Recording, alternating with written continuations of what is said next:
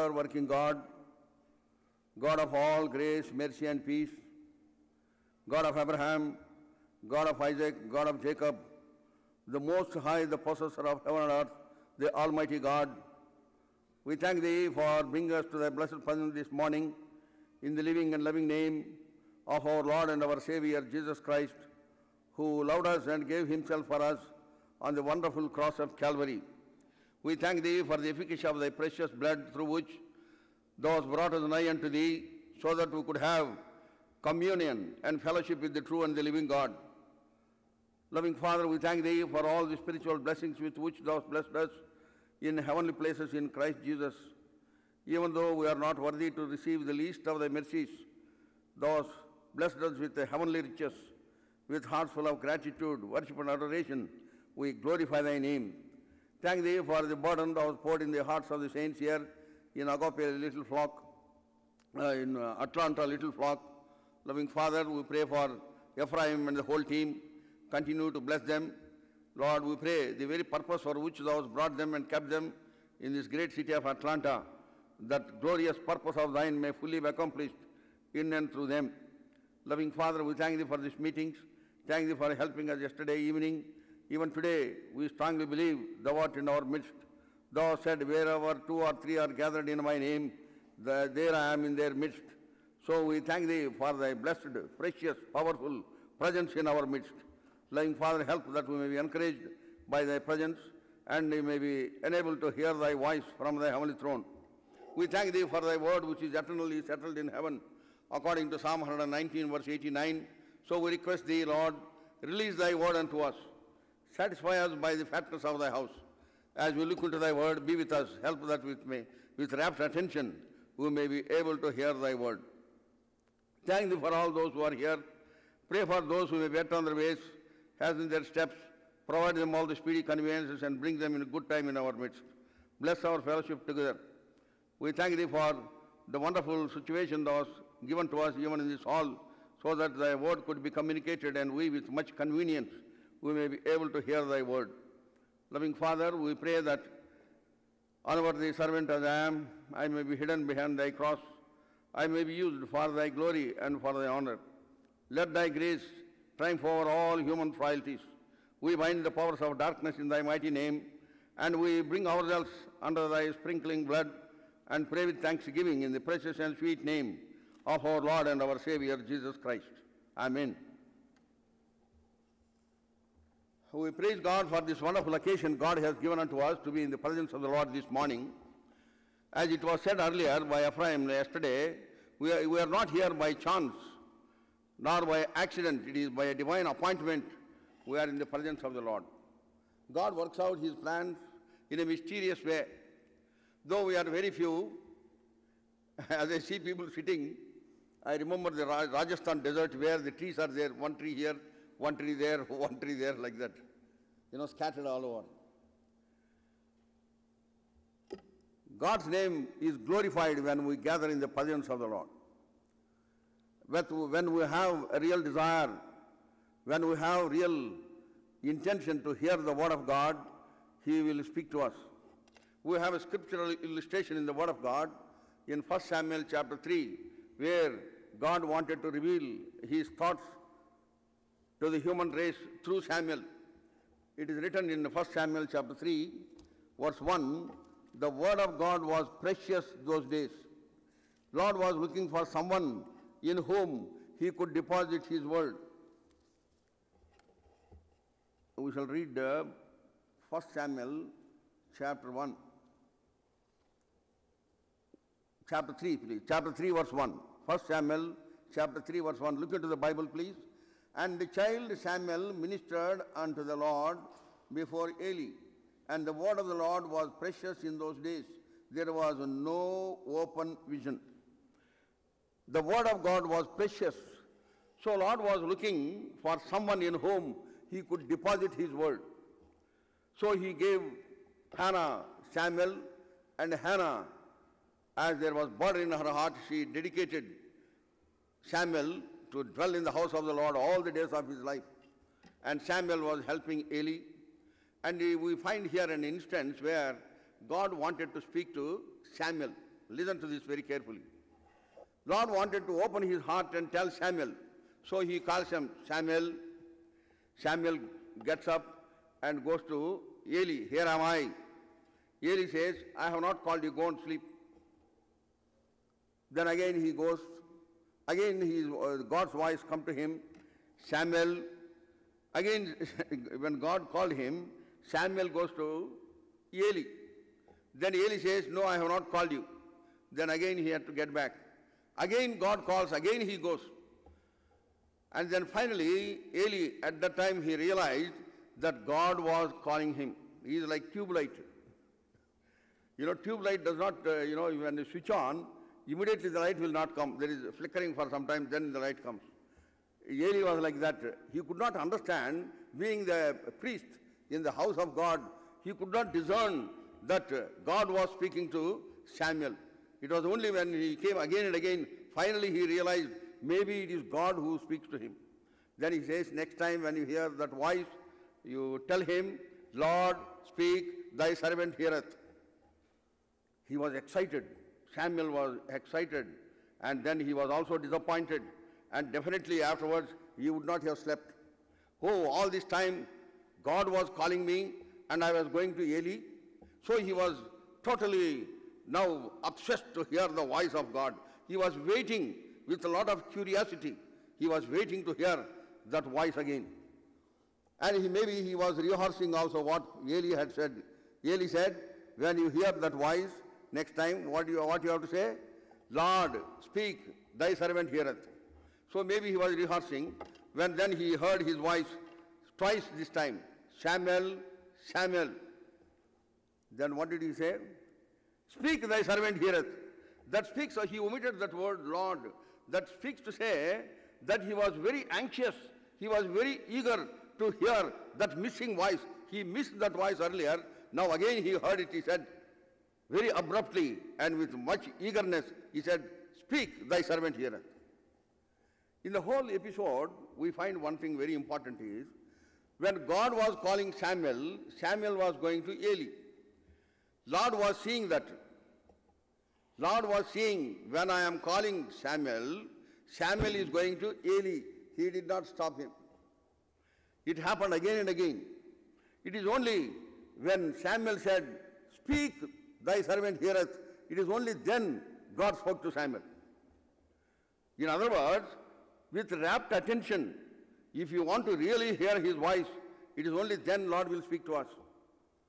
If our attitude is to going to Elis of this world, that means the worldly entanglements, then Lord cannot hear us. Being here, we should be here, total person, spirit, soul and body, with the one prayer in our hearts, Lord, speak, I want to hear your voice. Though we are very few, God will not disappoint us, because God is the true and the living God, the one who speaks to us even today. Our theme is from 1 Corinthians chapter 1, verse 24. It is a wonderful theme. There could be unending meditation on this verse. There are so many aspects to it. We could see only something yesterday. Shall we all read together, please? 1 Corinthians chapter 1, verse 24. 1 Corinthians 1:24, all of us. But unto them which are called, both Jews and Greeks, Christ the power of God. చదవలేదే అందరూ? అందరం చదువుతాం, నాకు వినబడుతుంది మీరు చదివితే. అందరం, all of us please. But unto them which are called, both Jews and Greeks, Christ the power of God and the wisdom of God. Christ the power of God. What we want to see, the burden is the manifold power of God. It is not just the power of the cross. It is the manifold power of God. It is all-inclusive power of God. He is the Almighty God, the possessor of heaven and earth. Lord said in Matthew's Gospel, chapter 28, verse 18, all power is given unto me. That power he has given to the disciples. After saying that, all power is given unto me, both in heaven and in earth. Then in the 20th verse he said, lo, I am with you always. Thereby he linked his omnipotence with their impotence, with their weakness, with their shortcomings. He knew without him they can do nothing. That is why he said, "Lo, I am with you always." That is very relevant to every one of us. He is with us. I heard about a situation in Hong Kong. An young boy, he ran to the pastor. He said, "Sir, my name is in the Bible," he said.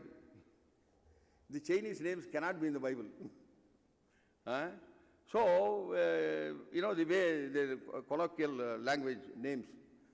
So this pastor said, "No, you cannot have your name in the Bible." "No, sir, it is there."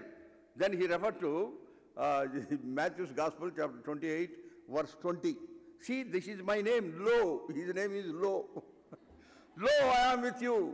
He said, "Sir, Lord is telling me, Lo, I am with you. You put your name there.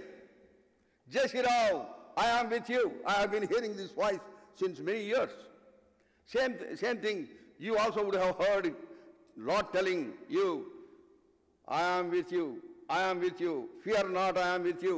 But yet, we set aside, in spite of all the wonderful promises Lord has given unto us, we still waver, we still run from pillar to post. Trust Him. Wherever I go, two things I say. One is Psalm 34, verse 1. Trust the Lord at all times. That is the wonderful experience of King David in the midst of turmoils, in the midst of agonizing moments, in the midst where he was being chased by King Saul to kill him. In the midst of all such things, he said, "I bless the Lord at all times." And second verse I appreciate and I really love it is Psalm 62, verse 8.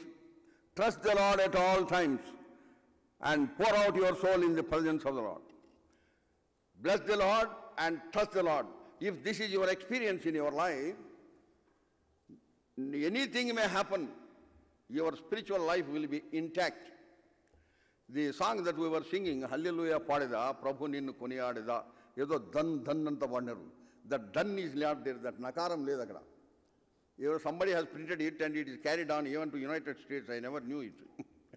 Hallelujah Padida, Prabhu Ninnu Koniyadida. Hallelujah Padida, Prabhu Ninnu Koniyadida. Very last verse is my personal experience, which is not printed there. That verse says like this: "Ee jeevita yatralo ఏమీ సంభవించినా మహిమా నీకే ఓ ప్రభో, ఇదియే నా దీన ప్రార్థన." ఈ జీవిత యాత్రలో, in my life journey, whatever may happens to me, ఈ జీవిత యాత్రలో ఏమి సంభవించినా మహిమా నీకే ఓ ప్రభో, let the glory be to thy name. This is my earnest prayer. That is the meaning of that song. ఈ జీవిత యాత్రలో ఏమి సంభవించినా మహిమా నీకే ఓ ప్రభో, ఇదియే నా దీన ప్రార్థన. That should be our attitude. In the midst of lot of disappointing bereavements, situations, trials and tribulations, testing times, pressing situations, we should bless the Lord at all times. That is the power of praise. When you have that power, that is one of the manifold powers of God. Praising the Lord at any cost, praising the Lord, singing songs of praise and glory unto Him in any given situation, all through our life. Consecrate that very situation unto the Lord. Maybe somebody requires this message today. That is why Lord is prompting me to speak on this. Praise the Lord at all times. Somebody, when we wish some believers, praise the Lord, brother, praise the Lord, brother, he is very much downcast, as if he has lost everything in this world.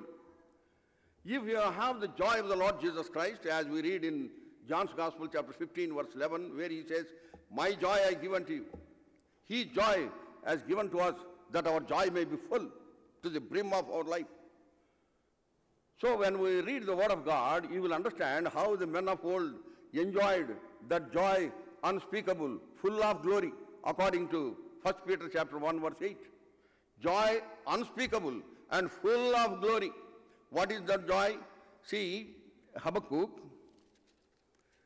In Habakkuk, there is a wonderful scriptural illustration where we have the meaning of that unspeakable joy, not depending upon any material things of this world. Well illustrated here. Habakkuk chapter 3, verse 17. Kindly look into the Bibles, please, if you can. "Although the fig tree shall not blossom, neither shall fruit be in the vine, and the labor of olive shall fail, and the field shall yield no meat. The flock shall be cut off from the fold, there shall be no herd in the stalls. Yet I will rejoice in the Lord. I will joy in the God of salvation. This is the power of praise, the power of worship, the power of thanksgiving. In the midst of any disappointing situation, if you read the 17th verse, it is very disappointing. Everything there is lacking. But yet, he says, yet I will rejoice. Yet I will rejoice. Promotion or no promotion, I will rejoice. Good salary or no salary, I will rejoice. Good food or no food, I will rejoice in the Lord. Because he has given us that wonderful salvation, great salvation, complete salvation, eternal salvation Lord has given unto us. So he has filled us with joy of the Lord Jesus Christ. It is not a human joy. It is a divine joy, heavenly joy. When we have that joy, nothing can stop you in rejoicing. No situation that you confront in your life can check, can stop, or can hinder to praise him and adore him. There was a situation when a meeting was being held. One messenger of God giving the word, one boy sitting in the room, in the hall, he was saying in between, hallelujah. He would shout with great joy, hallelujah. So the pastor of the local assembly, he thought he is disturbing the congregation. So after the meeting, he met him and said, hey, look, you don't shout like that, you are disturbing the assembly. Then he said, sir, I cannot control my joy. I cannot control it, it's overwhelming for me. Then he said, if you don't shout, I will give you a new pair of shoes. I will give you a new pair of shoes if you don't shout. Then that boy thought it is a very good bargain. After all, I should keep quiet, I will get a new pair of shoes. Then the meeting began the next day.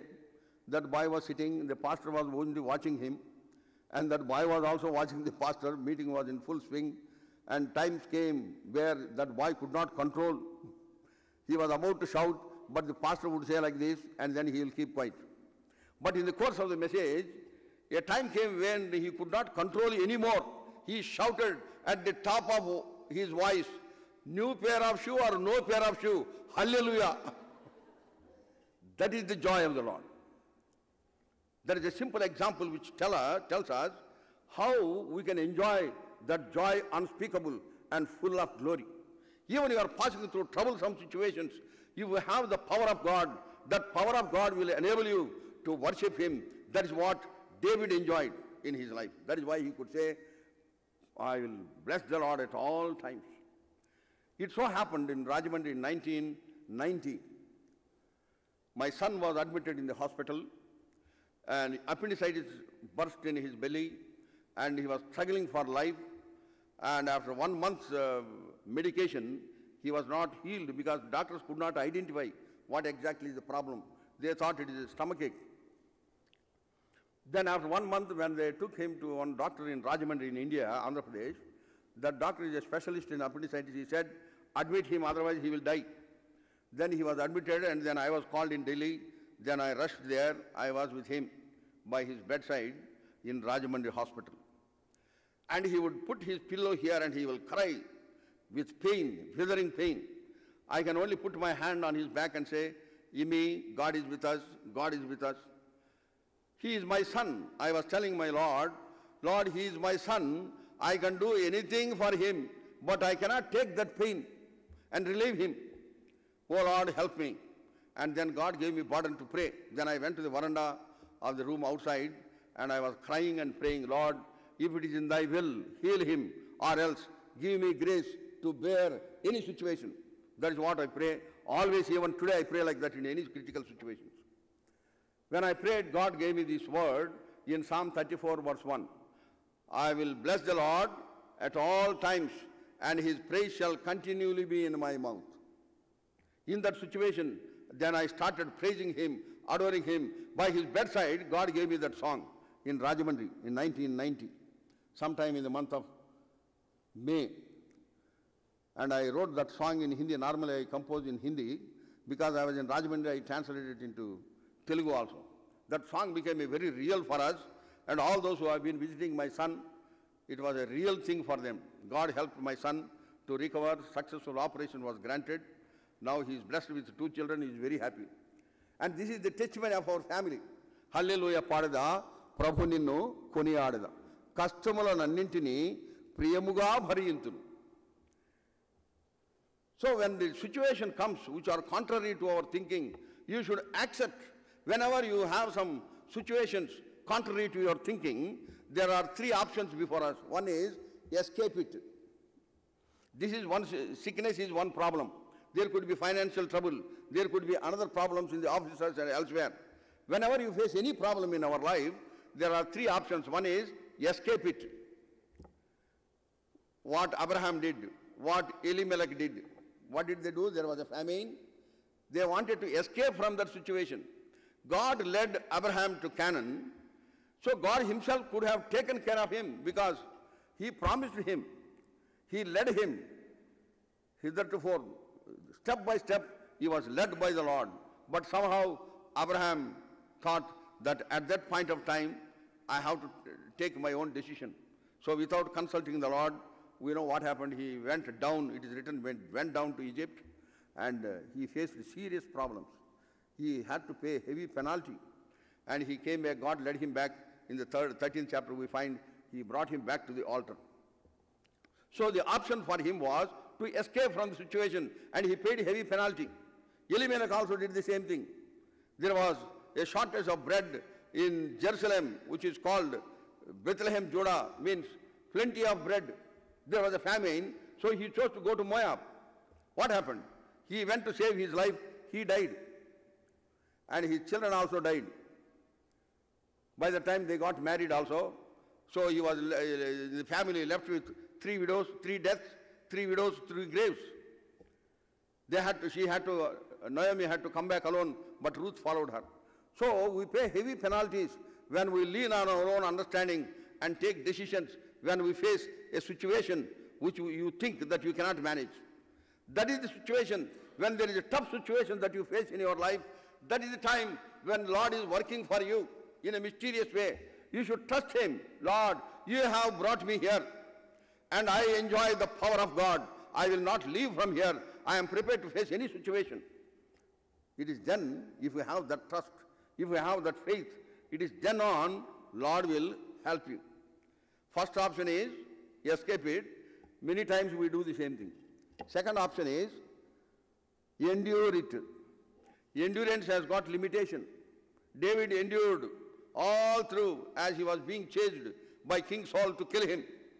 He ran and ran and ran. Finally, we find in 1 Samuel chapter 27, he thought he should escape to the land of Philistine. There he thinks it is a protected area. Saul cannot come inside. I will be very safe. That is a human decision. He went by a human consideration, human angle.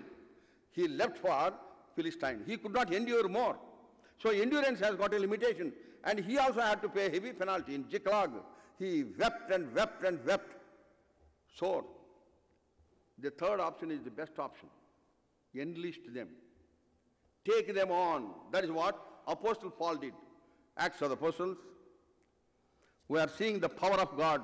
When we enjoy, whatever may happen to us, we will be very strong in the faith of the Lord. Acts of the Apostles, chapter 20, verse 24. Acts of the Apostles, chapter 20, verse 24. But none of these things move me, neither count I my life dear unto myself, so that I might finish my course with joy and the ministry which I have received of the Lord Jesus to testify the gospel of the grace of God. None of these things will move me, neither count I my life dear unto myself, in order that I may finish my course, in order that we may finish our course. Lord has put in front of us. Let anything may happen, we should not be moved. Looking unto Jesus, who is the author and the finisher of our faith, we should run the race that is set before us. That can happen only when you enjoy the power of God. That power of God you can enjoy only when you have faith. That is why Lord said in Mark's Gospel, chapter 11, verse 20, 22, have faith in God.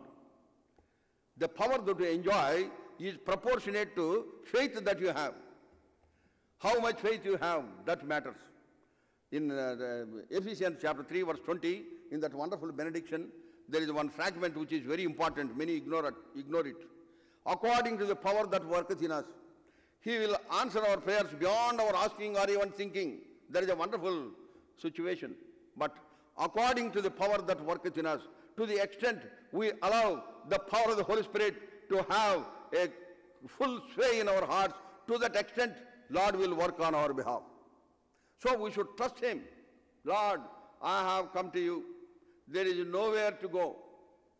Lord Jesus Christ, when He was initiating His disciples to deeper truths into the concerning Himself, many were offended and they left Him, as you find in John's Gospel chapter 6. Then Lord Jesus turned to His disciples, 12 disciples, and said, will you also go away? Then Peter said, to whom shall we go? Thou hast the words of eternal life. So to whom shall we go? We have come to the Lord Jesus Christ by the virtue of the blood of the Lord Jesus Christ. He has cleansed us, washed us, sanctified us, justified us, and made His purchased possession, deposited in us all the spiritual blessings in heavenly places in Christ Jesus. We are His and His alone.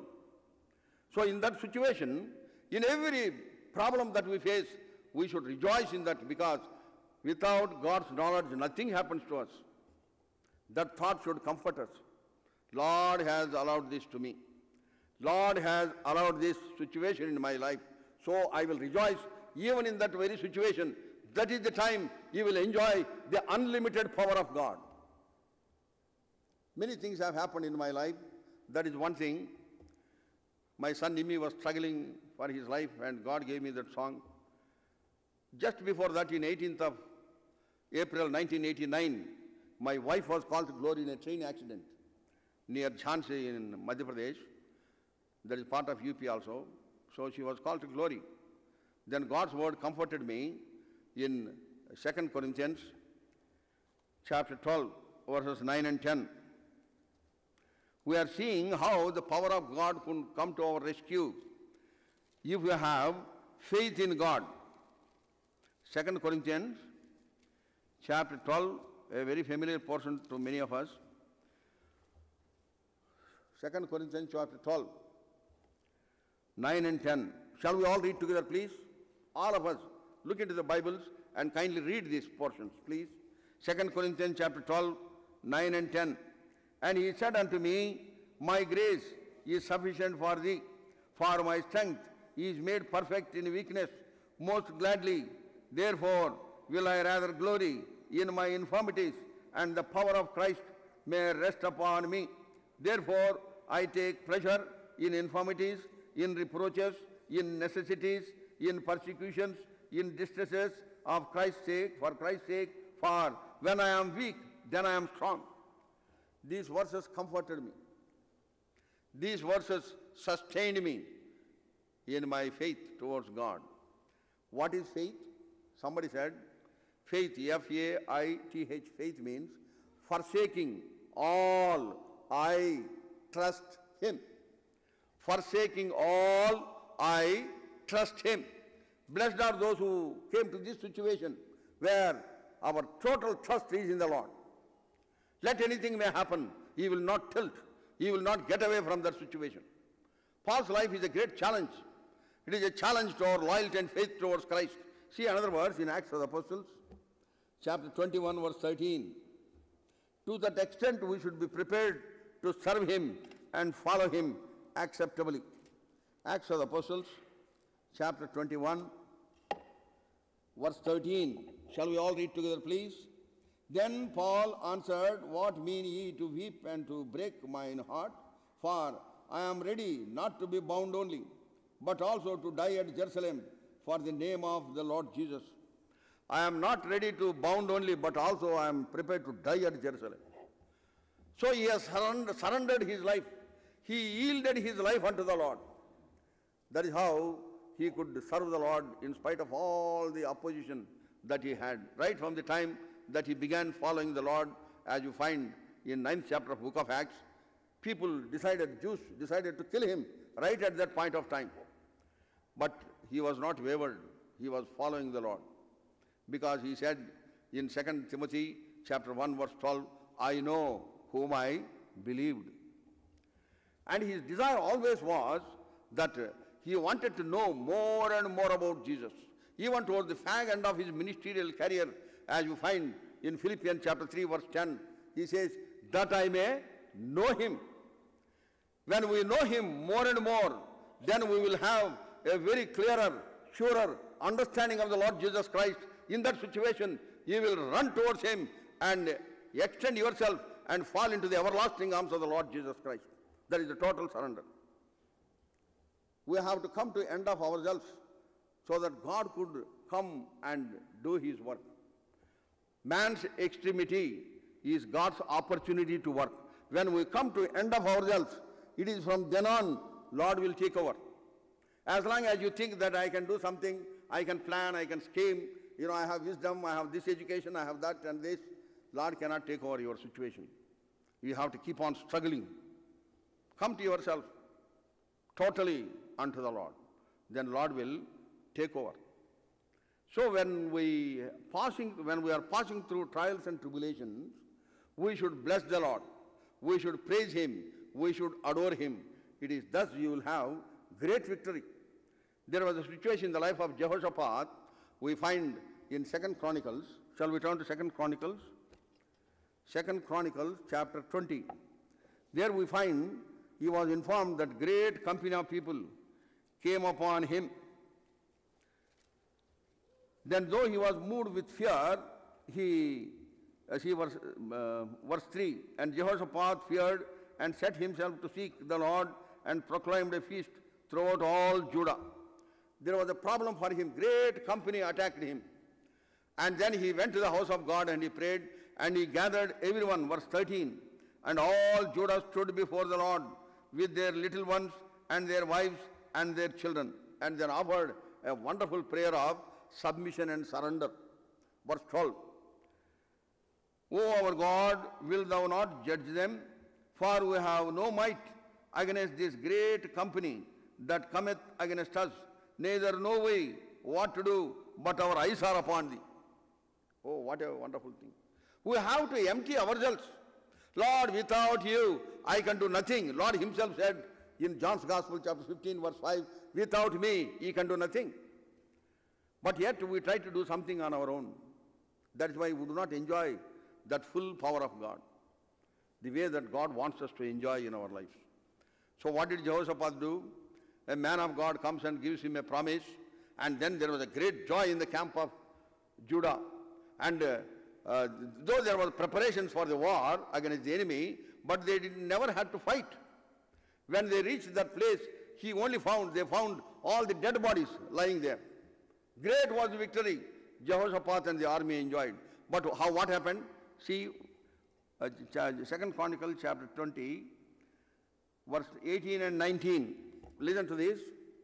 And Jehoshaphat bowed his head with his face to the ground, and all Judah and inhabitants of Jerusalem fell before the Lord, worshipping the Lord.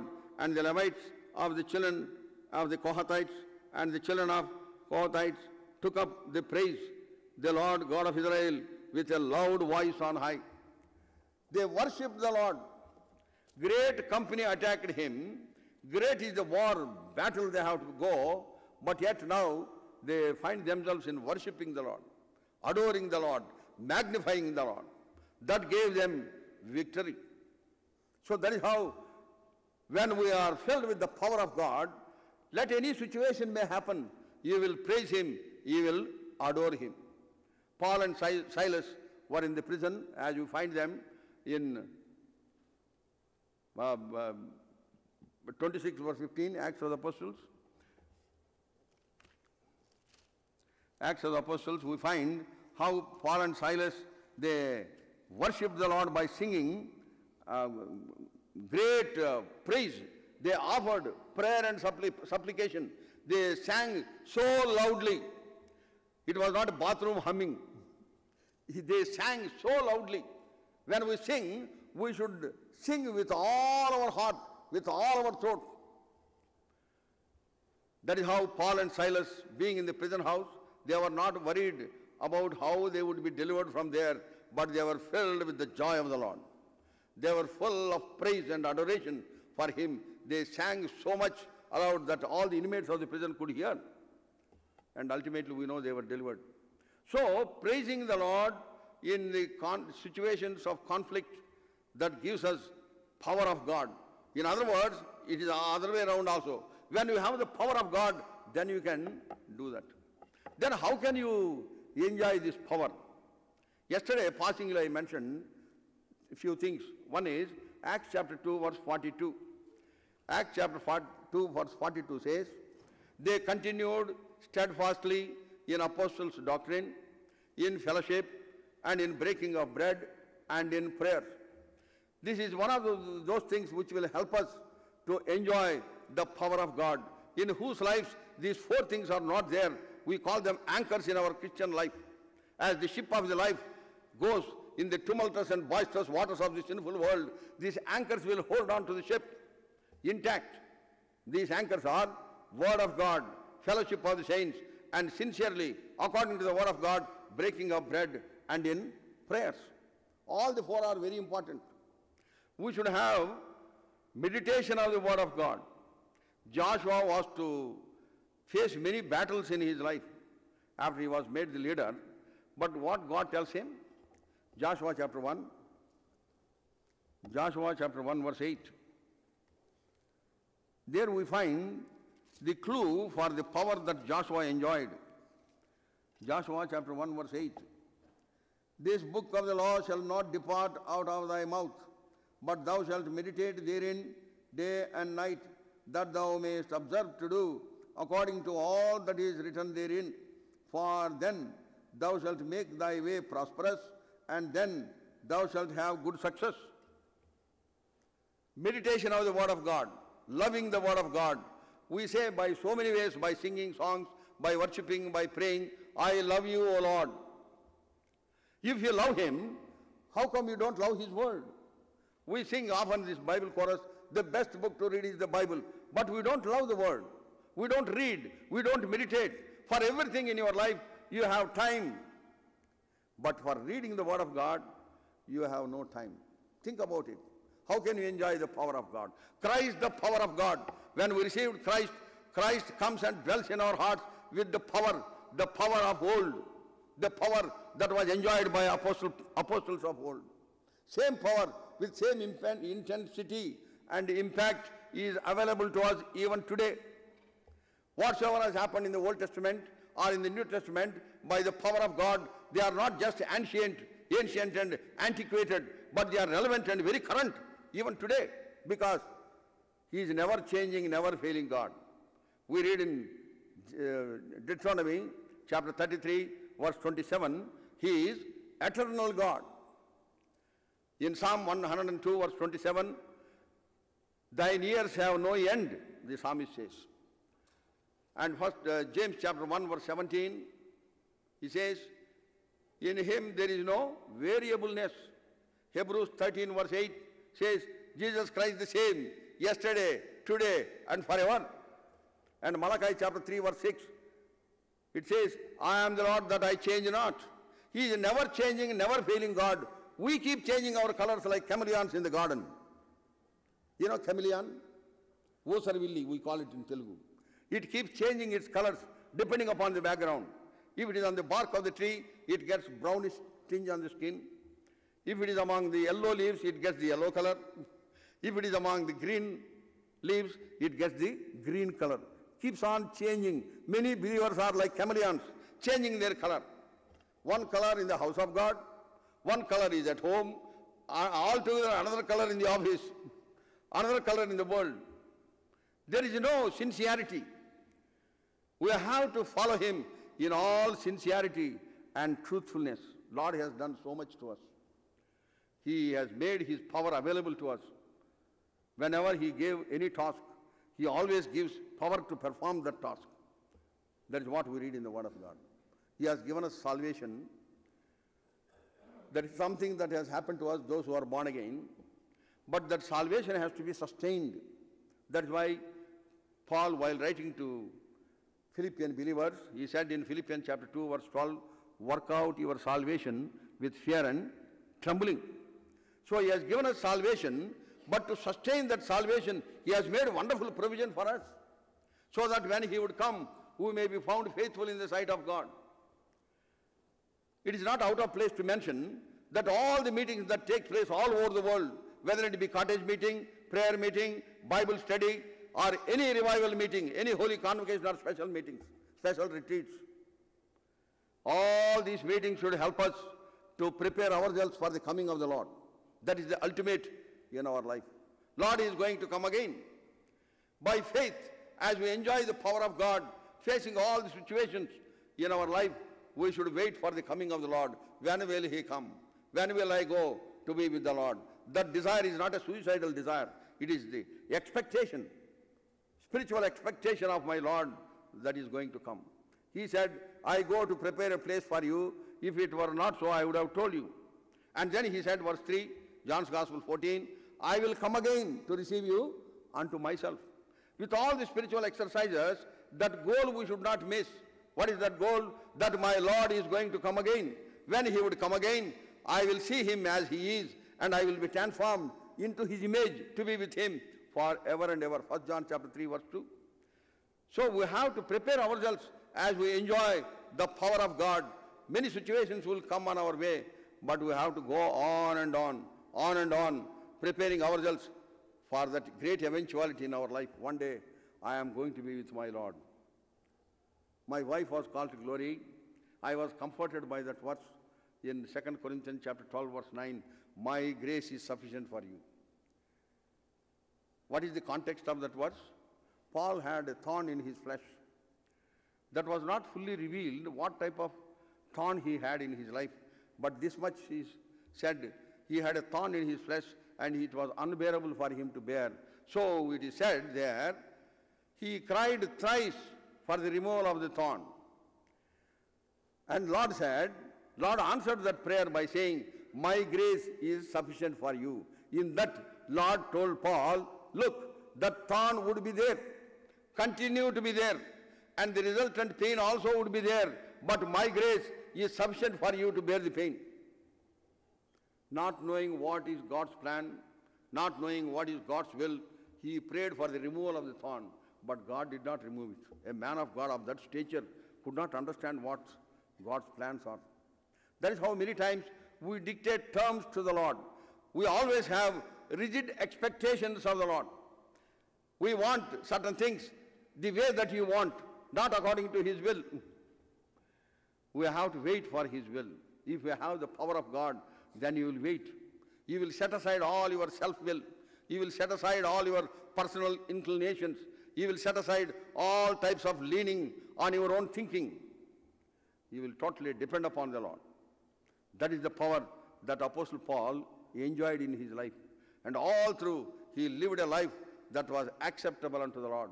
That is why he gave a testimony in 2 Corinthians chapter 12, verse 15. 2 Corinthians chapter 12, verse 15. And I will very gladly be spent for you, though the more abundantly I love you, the less I be loved.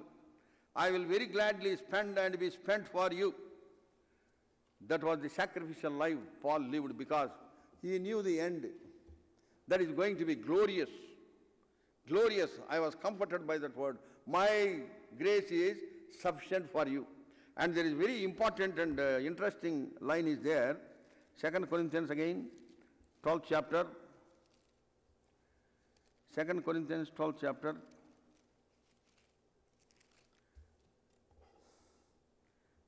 9th verse, in between he said, for my strength is made perfect in weakness. Lord telling Paul, my strength is made perfect in weakness. That is why he says, Paul says in the 10th verse, last line, when I am weak, then I am strong. What a difficult and tough situation that he was in. That is why he says, I take on all these things. He says, see, I will read again very carefully, listen to it. Most gladly, therefore, will I rather glory in my infirmities, that the power of Christ may rest upon me. Therefore, I take pleasure in infirmities, in reproaches, in necessities, in persecutions, in distresses, for Christ's sake. For when I am weak, then I am strong. What a wonderful Lord whom he trusted, that made him to say these words. He says, most gladly I will suffer all these things. Can we say that? That is the spiritual level God wants us to come up. Many times we are even at the foot of the hill, looking only others climbing higher and higher. You also have to go higher and higher. Peter writes in 2 Peter chapter 3 verse 18, grow in the grace of the Lord. We have to make spiritual advancement. Christian life is a life of progress, development and growth. In Delhi, there are a lot of joggers in the morning. They come out of the streets and run. Some people go to the park and run. 1984, where Indira Gandhi was assassinated, the situation changed. Nobody could see anybody on the roads because terrorism has come. There was great fear engulfing New Delhi. So everybody was indoors. Indoors only they were doing exercises. Lot of treadmills have been sold. Some people, those who could not afford treadmill, they will stand and run like this. There only. Many believers are treadmill believers. They are running, but they are not advancing. They are making a lot of effort, lot of sweating, but yet they are not making any progress whatsoever. They are there only. Years may pass, decades may pass. No progress at all. We ought to make progress that we can make only by the power of God. Christ, the power of God. He is within you. When you received him in your heart, he is in you with all the power. The power that was made available to the apostles of old, all the men of God in the world, same power, without any change whatsoever, is within you. But you are not utilizing that power because you are running away from the situations. Some temptation comes, something you yield very easily. We have to guard ourselves. Many temptations may come. By the power of God, you can win over by the power of the word of God. Matthew's Gospel, chapter 4, initial 11 verses is a great challenge to us. Lord Jesus Christ was tempted. Then how did he overcome? He said, by the word of God, it is written, Christ, it is written, it is written, it is written. Satan also quoted verse, but he overcame Satan by the power of the word of God. So when you are filled with the word of God, even as we read in Colossians 3:16, let the word of God dwell in you richly. That will hold you in good situation, in tempting situations. You have to be very firm in what you have believed. Many believers yield to the temptations that come on our way so easily. That is why they are not able to enjoy the power of God. There was a man of God who used to tell his own boyhood stories. One of the actual situation at home was when he was very young, he and his brother were made to sit for lunch. Mummy had made wonderful chicken curry. She served for both of them. And Mummy knows what piece the boys like, so she served. And Mummy said, let us pray. Then as she was praying, the younger fellow opened his eyes and saw the plate of the brother. He himself said, now he is no more, he is with the Lord. And he saw some interesting piece in the plate of his elder brother. Then he took it, kept it in his plate, and then closed his eyes again. Then prayer was over. Then after prayer was over, they opened their eyes. The elder fellow saw some piece was missing from his plate. Then he complained to his mother because he found that piece is in the plate of the brother, the younger brother. Said, see, Mummy, what this fellow has done. Then Mummy reprimanded the younger fellow. How many times I have to tell you, whenever you are tempted, say these words, get me behind thy Satan, get me behind my Satan. Why did you not say it? Then that fellow says quietly, Mummy, exactly I said that. When I was tempted, I said, get thee behind me, O Satan. But what can I do? It went behind and pushed me forward. That is how many times we yield to the temptations that come on our way. That is why we are not able to make progress. Christian walk is a walk of progress, not treadmill walking or treadmill running. We have to run the race that is set before us, making progress. How can we make progress? Looking unto Jesus, who is the author and the finisher of our faith. He is the originator of our faith, and He is the preserver of our faith, and He is the finisher of our faith, and He is the rewarder of our faith. So look unto Him. Word of God says in Psalm 34 verse 5, they looked unto Him and were lightened, and their faces were not ashamed. This would be the experience of all those who are born again, who have the assurance of sins forgiven. I always say, if you are a child of God, there would have been a day and a time when you have confessed your sins. As you have a date and time of your birth in this world, so also there would be a time, there would be a day when you were convicted of your sins and then you cried unto the Lord, Lord, I am a sinner, forgive me. That is how you enjoy the assurance of sins forgiven. But many times it so happens, especially those who are born in Christian families, they think they are saved because they are accompanying the parents. They are also coming to the church. And others are singing, they are also singing, they have got family prayers at home. There is a danger in all this. The danger is children think that they are saved. If parents are not very, diligent in maintaining the spirituality of the children, they will ignore that. And children will think that they are saved. A time would come as they grow, assembly will announce, those who want to take baptism, please give our names. These children also will give because they are already practicing. They are already worshipping also because they picked up some phrases. So the questions are asked. For everything, the answer is affirmative. Are you saved? Yes. Have you got the assurance of sins forgiven? Yes. In the question itself there is an answer. They will, yes, yes, yes. And no munchitivi. వాళ్ళు నిజంగా ముంచినట్టే అంటారు కదా, తెలుగులో అంటారు ఒక మాట ఉంది. There is a problem. Maybe in America you have forgotten. Sometimes people say, అరే వాడు నన్ను ముంచినాడు రా అంటే ఓ ముజే డుబా దియా హై అంటే he had troubled me beyond measure. So that is what we are doing without understanding exactly what exactly the Word of God says. Word of God says, when people were convicted of their sins, in Acts chapter 2 verse 37, when they asked, men and brethren, what shall we do? Peter said, repent and be baptized. Repentance precedes baptism. There should have been a time when you have repented of your sins.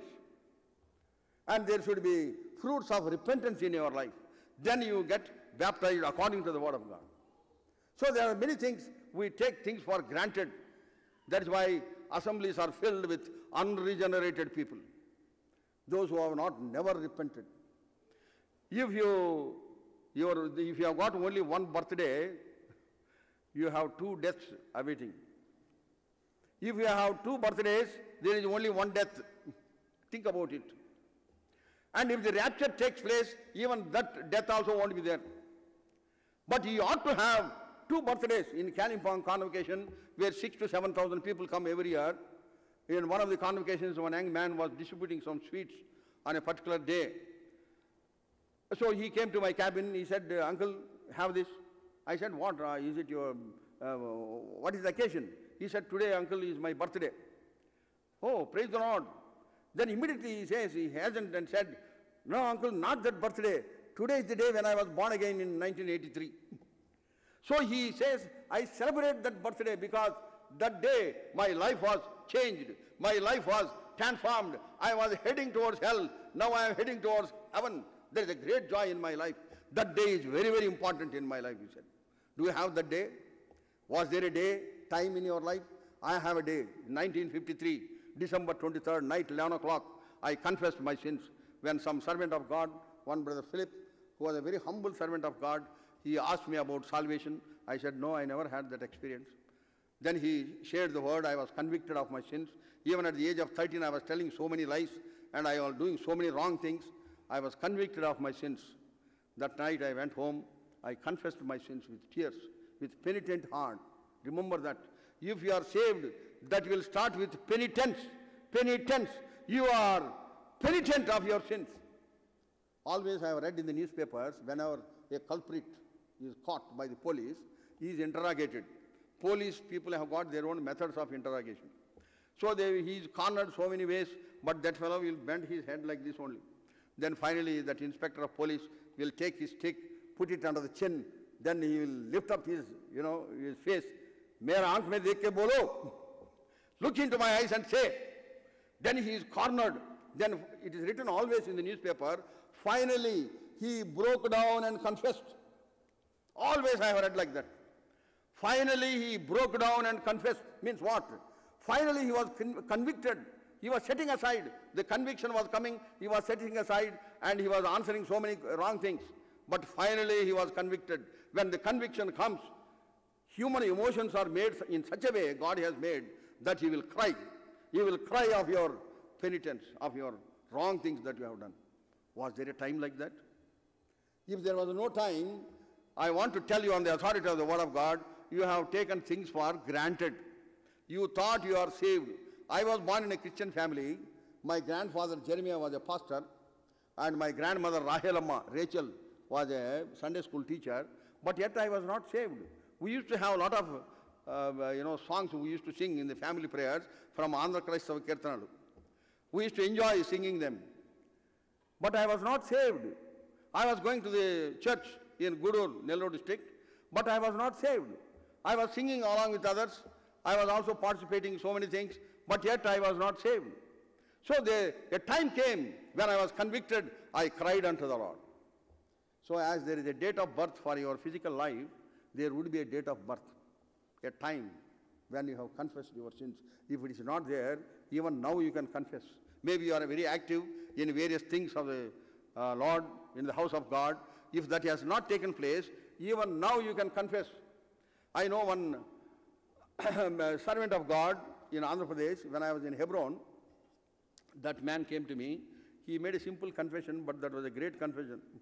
He said, Rao, I want you to know that after I have served the Lord for 7 years as a servant of God, I was saved. 7 years he has served the Lord as a servant of God, looking after assemblies. From assembly he was posted. He was looking after the flock, not being born again. He said, I took it for granted I was born again because I was going along with my relatives to the meetings, and I took baptism also. And I continued without any conviction, even after 7 years of service as a servant of God, that means as a pastor. A time came when he confessed and became the true child of God. You should not feel shy. Maybe these meetings are held because of you, for you, so that you may come to the true knowledge of the Lord Jesus Christ. Christ, the power of God. The power of cross can transform your life. The power of resurrection can enliven you and make you a vibrant believer, because he is alive forevermore. He is going to come again. That hope, that wonderful hope we have in Christ Jesus. Let us turn to 1 Corinthians. 1 Corinthians chapter 1, verse 18. 1 Corinthians chapter 1, verse 18. For the preaching of the cross is to them that perish foolishness, but unto us which are saved the power of God. The preaching of the cross is to them that perish foolishness. It is the preaching of the cross is foolishness unto those who are, for the preaching of the cross is to them that perish foolishness, but unto us the power of God. See what a difference. Long time ago, I was in Punjab, in Amritsar for meeting.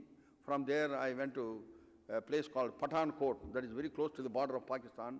There are a group of believers, there was an assembly. There we preached the word of God few days, and there were some people who were ready for baptism. Then we took them to Ravi River, which is some 35 kilometers from Pathankot, Ravi River, which separates Jammu and India.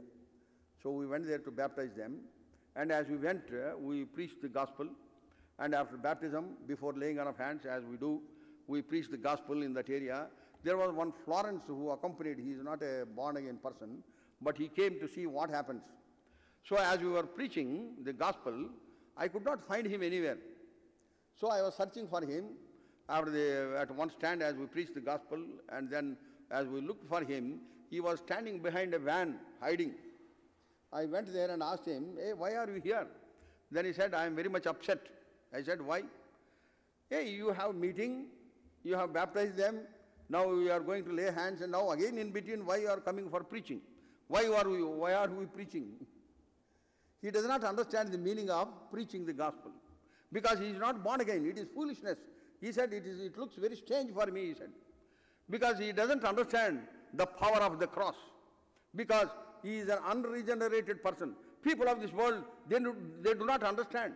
When we give a tract, he just laughs at us. No, humko nahi chahiye. Why do they do it? See, first, 2 Corinthians. 2 Corinthians, chapter 4, verse 4.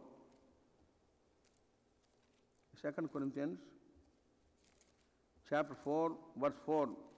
There we have a reason why the people of this world behave like this. In whom the God of this world blinded the minds of them which believe not, lest the light of the glorious gospel of Christ, who is the image of God, should shine unto them. God of this world has blinded the hearts of men. That is why when you give the gospel, they don't understand. They may make fun of you. When you give the tax, they refuse it, because I am not surprised when somebody refuses the tax, because I remember this verse. God of this world has blinded the hearts of men. That was our situation also once. But see verse 6. 6 verse says, for God who commanded the light to shine out of darkness has shined in our hearts to give the light of the knowledge of the glory of God in the face of Jesus Christ. So it is by the power of God this can happen to us. As we obey to His word, as we come to the Lord Jesus Christ with a penitent heart, when we come to Him, Lord, I am a sinner. Lord, I have sinned against you. Lord, forgive me. When you come with a penitent heart, Lord can forgive you even now. Even while you are sitting in the congregation, you can cry unto the Lord in your heart, Lord, I have been set aside.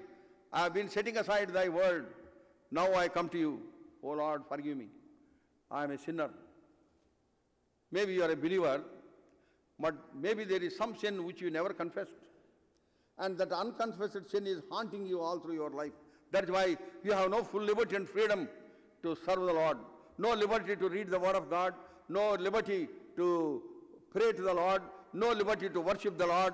No liberty to get involved in the work of the Lord. In such cases, you can also come to the Lord. Lord, thus far and no further, I have been not confessing this sin and still is lurking in my life. Lord, forgive me, cleanse me, wash me by thy blood. Then God will remove your sin as far as east is from the west, and He will remember them no more. Thus you will get a wonderful salvation. What sort of salvation is it? Great salvation. And it is complete salvation. And it is eternal salvation. We often sing one song that is also in Hindi and also in Telugu. In Tamil also irukadu. Ento goppa nityamaina purna rakshana ide. Ento goppa nityamaina purna rakshana ide. Nirlakshinchina tappinchukonavu pondu prabhu rakshana. Nirlakshinchina tappinchukonavu pondu prabhu rakshana. Ento goppa nityamaina purna rakshana ide. It is available for free. You don't have to pay any cost whatsoever. You have to just come with penitent heart and cry unto Him, O Lord, help me. I want to enjoy thy power, that unlimited power in my life, so that I could be sustained and be preserved in this life, in this world.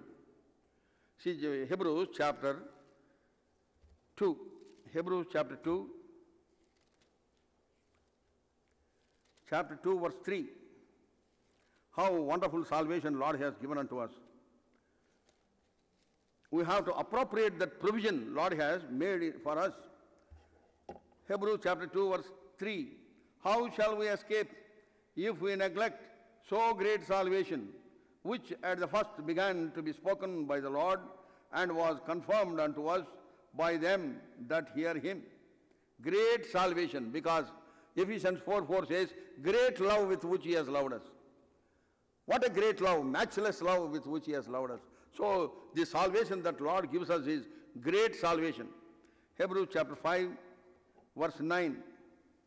Hebrews chapter 5, verse 9, please. Hebrews chapter 5, verse 9.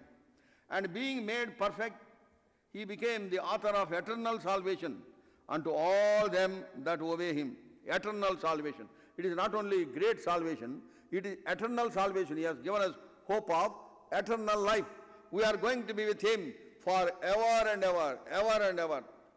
After my wife was called to glory, those days assembly asked me to share the word more and more. And I used to talk about the hope that we have in Christ. My son Joshua, at the time he was 10 years old, he asked me, Papa, one day we are also going to go there where Mummy is. That is what is going to happen. That is a virtual reality. One day we are going to go there. All those who have gone ahead of us, we are going to meet them. But in glorified bodies, there won't be any conversation. There won't be any talk. I will not ask my wife, hey, why did you come leaving me? Nor she will ask me, Aya, how did you manage when I was not there? No such conversation would be there. We would be in the glorified bodies, worshipping him, adoring him forever and ever in the presence of the Lord. That is the wonderful hope that we have. It is not only great salvation, but it is eternal salvation.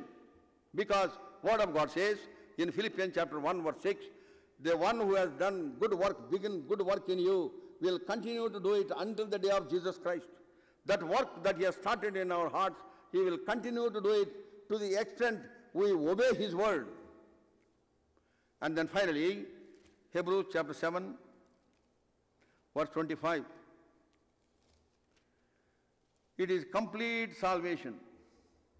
Wherefore he is able also to save them to the uttermost that come unto God by him, seeing he ever liveth to make intercession for them, to save them to the uttermost. Complete salvation. It is great salvation, it is eternal salvation, it is complete salvation. So easily you can get it. All that you have to do is Romans. It is then you will begin to understand and enjoy the unlimited power of God. Romans chapter 10, 9 and 10. This is all that you have to do. That if thou shalt confess with thy mouth the Lord Jesus, and shalt believe in thine heart that God hath raised him from the dead, thou shalt be saved. For with the heart man believeth unto righteousness, and with the mouth confession is made unto salvation. You have to just receive the Lord in your heart. Confess it by your mouth. Lord, thou art my Lord. John's Gospel 4:42 says, he is the Savior of the world. Now we say, Lord, you are my Savior. You have died for me. You are buried for me. And you rose again for me. And you are going to come again for me. You come to that faith, that belief. Without seeing, you believed. 1 Peter chapter 1. 1 Peter chapter 1 verse 8. Peter explains it wonderfully there. 1 Peter chapter 1 verse 8. Whom having not seen ye love, in whom though now you see him not, yet believing ye rejoice with joy unspeakable and full of glory. We have not seen him, yet we believe that he is. As per Hebrews chapter 11 verse 6, those who come to him must believe that he is. Lord says, I am with you always. So I should experience the presence of the Lord with me always. You have the knowledge of it, but you should also have the conscience of that, my Lord is with me. It is only then you enjoy the power of God. Power of God is unlimited. There are so many sources whereby you can enjoy this power. Power of the presence of God gives you, keeps you in good stead in the presence of the Lord. There was a time when I was in Hebron in my room, somebody knocked the door. said, brother, can I come in? Anybody with you? I said, yes, somebody is with me, but you can come, I said. He opened the door and comes in, and he is looking for someone. He wanted to share something personal. So he said, where is that man? You said someone is with me. I said, my Lord is with me. Then he said, oh, Aja. Oh, that thing you are saying. See, that is how we are treating the Lord Jesus Christ. Lord said, I am with you. Up to what time? Unto the end of the world, always. Always, wherever you move around in this world, Lord is with you. That should be your personal experience, those who are born again. You want that personal experience, come to the knowledge of the Lord. Enjoy this great, complete, eternal salvation. Then you can also enjoy the power of the living God, unlimited. And that will keep you in good stead in the midst of trials and tribulations. So even when the situation is very disappointing, even in that situation, you will worship the Lord in the beauty of His holiness. You will sing songs of praise and adoration for Him. My practice is like this: in the morning at 4:30 always I get up, unless I am very sick.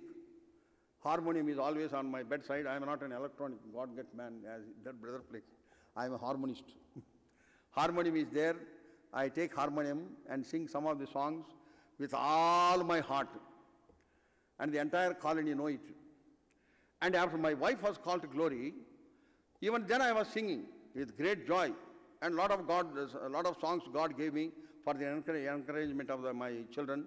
So I was singing with all my heart. One day as I was walking down to the market, one Sardarji, one Sikh gentleman was coming in front of me, who is my neighbor. He saw me, he kept his folded hands, and he was coming like this to me. I was wondering why he is doing like this. He comes to me and says, Rao Sahab, aapka ghar se gana nikalte hain?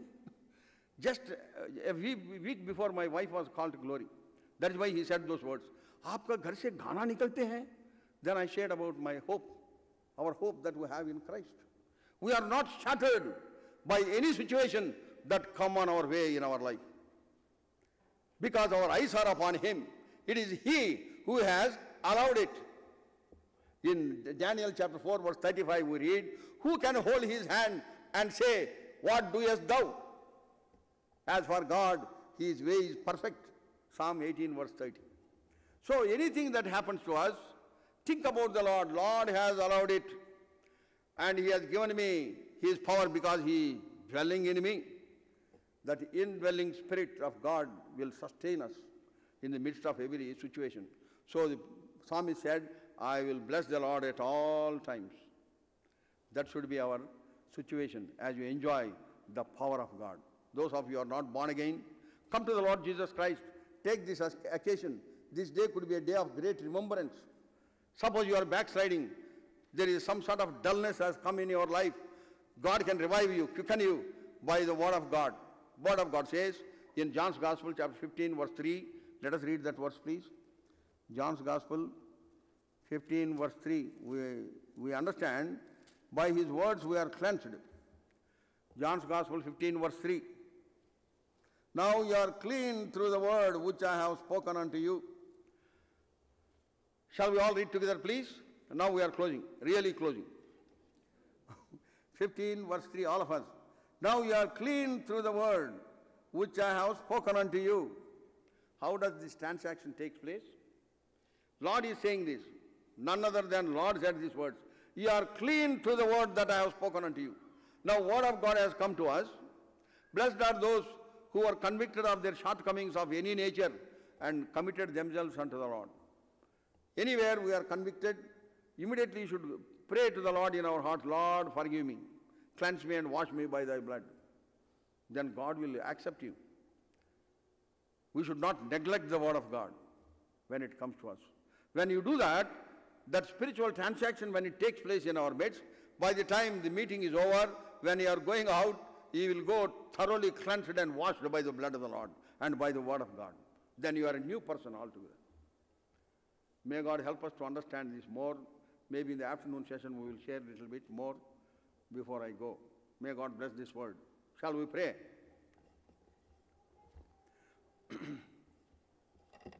Our loving Heavenly Father, Our gracious and wonder-working God, we thank Thee for the brief time of meditation on Thy word, even from 1 Corinthians 1:24, Christ is the power of God. Help, Lord, that we are not able to enjoy this power in its fullness because we are living superficial lives. We are not able to comprehend, we are not able to, Lord, appropriate that great power that was made available to the saints of old, both in the Old and the New Testament. Because Thou art the same yesterday, today and forever. So there can't be any change in Your power as well. So Lord, help us, we earthlings, unworthy people as we are. Thou hast saved us, but many times we go astray because we are not able to appropriate and enjoy that power in our lives. So Lord, help us that we may appreciate and enjoy that power so that we could be means of great blessing in our own homes and also in Thy house wherever we go and also in this world. Loving Father, help us that we may be able to understand this unlimited, manifold power of God as we come to Thee, we enjoy in our lives. So we commit and commend ourselves into the loving hand. Thank Thee for all those who could be here. Pray for those who could not come for various reasons of previous engagements.